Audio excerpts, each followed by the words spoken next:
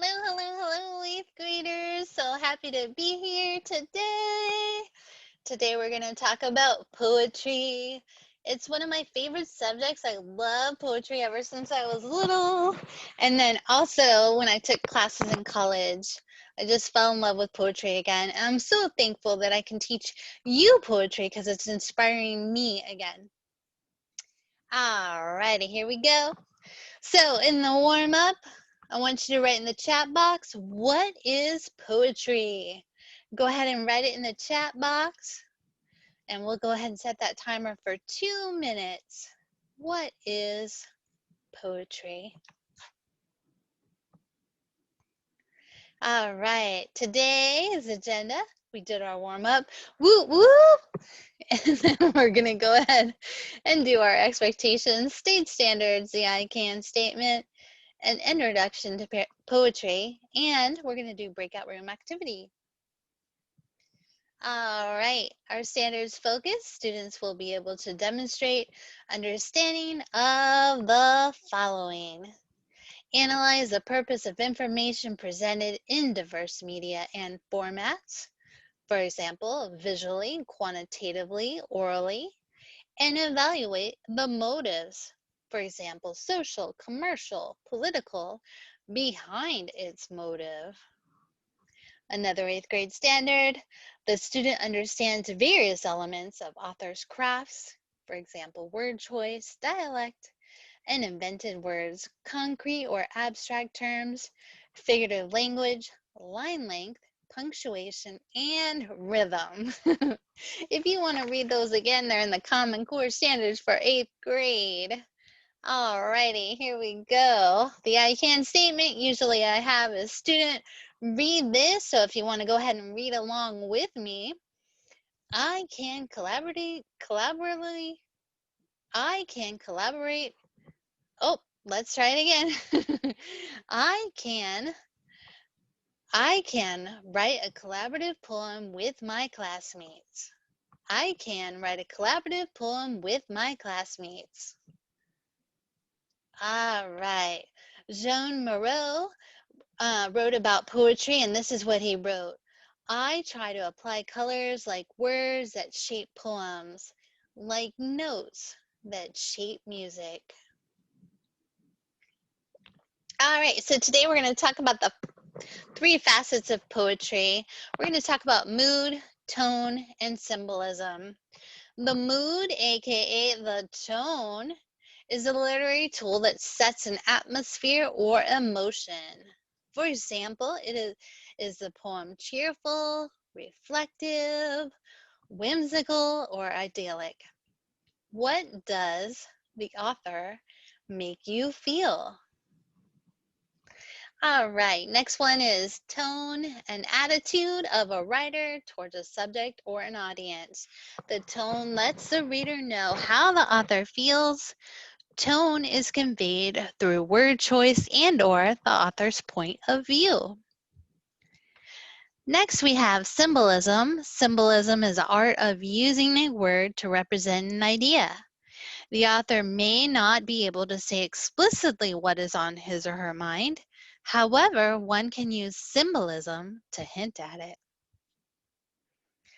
All right, so this poem is by William Carlos Williams. It is one of my favorite poems. I love the simplicity of this poem. So I'm going to go ahead and read it to you now. This is just to say, I have eaten the plums that were in the icebox, and which you probably were saving for breakfast. Forgive me, they were delicious, so sweet, and so cold. So I want you to think back to a time when you had saved something in the fridge and you knew you were going to go back to the fridge and eat it later. And uh-oh, it was gone. So take a few minutes, think, pair, share with a friend about an experience. Make that connection to your real life, from the poem to your real life. Think about a time when you were planning on eating something and then it wasn't there. We'll go ahead and set that timer for 2 minutes and then we'll return back to the main room. Alrighty, welcome back, welcome back. Thank you. I just wanted to notice, I want to point out about the ice box. A long time ago, they didn't have um, traditional refrigerators. So what they did is they had ice delivered and they called it an ice box. It was before refrigerators were invented. And the name ice box carried over for many years after that. All right. So what was the mood of the poem? I want you to go ahead and write. Actually, I want you to go ahead and pick an emoji and put that in the chat box to show me what the mood of the poem is. How did the poem make you feel? So go ahead and put those emojis in the chat box now. All right. And then what was the tone? Did the artist, was he feeling, how was he feeling about it? I think it's so sweet that he wrote his wife this love note about something that he ate in the fridge. How was he feeling? What was the tone of the poem? And in this poem, there wasn't really any symbolism. So that was in the poem at that time. But everything's pretty clear, and that's one of the reasons why I love this poem so much. All right, moving on. Next, I want to read a poem. It is by Mr. Shel Silverstein. He is one of my favorite poets. I love this poet because he doesn't take himself too seriously, and he's multi-talented. He was also a musician. So I'm going to read a poem he wrote called Everything on It. I asked for a hot dog with everything on it, and that was my big mistake. 'Cause it came with a parrot, a bee, and a bonnet, a wristwatch, a wrench, and a rake. It came with a goldfish, a flag, and a fiddle, a frog, and a front porch swing, and a mouse in a mask. And that's the last time I'll ask for a hot dog with everything. All right. So I want you to think about how this poem made you feel. Go ahead and put an emoji in the drop box. The picture on the screen is from Portillo's. It is a hot dog. My wonderful husband, he's from Chicago, and we love Portillo's hot dogs. So you see all the fixins there. One thing in Chicago, they do not put ketchup on their hot dogs. There's lots of veggies on this hot dog, and when you're ordering lots of veggies in Chicago, you say rake through the garden. All right, so what was the mood? Go ahead and, if you haven't already, go ahead and add those emojis to the chat box. And what was the attitude that Mr. Shel Silverstein had about this hot dog in his poem? What was his tone? Was there any symbolism? All right, moving on. We're going to do the I do, we do, and you do. This one's called Bubblegum Alley. I wrote it specifically for you, my wonderful 8th graders, this morning. I'm going to flip to the other screen because then I'll be able to read it better. But this is inspired by a trip that we took to St. Louis Obispo. All right. Bubblegum Alley. Around the corner in St. Louis Obispo, there's an alley of spit.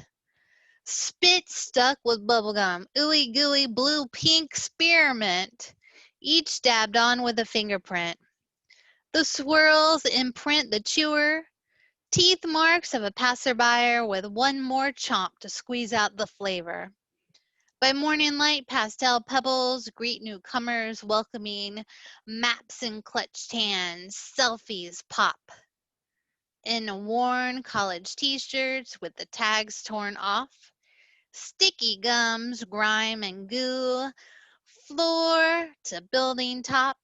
Some stretch down diagonal, long droop, slouch, fat strings to the sidewalk ground, where dandelions grow through cement cracks. The rogue squirrel rounds the corner, bright-eyed, sniffs and snubs at a petrified, at petrified gums, peppered in spitty dust. All right, so that's the poem I read. Well, I hope you enjoyed it. I think I'm going to read it one more time. All right, so this one's called Bubblegum Alley.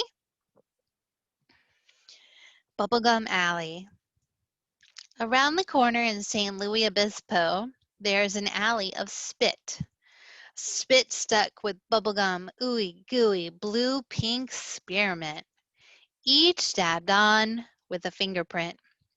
The swirls imprint the chewer, teeth marks of a passerby with one more chomp to squeeze out the flavor.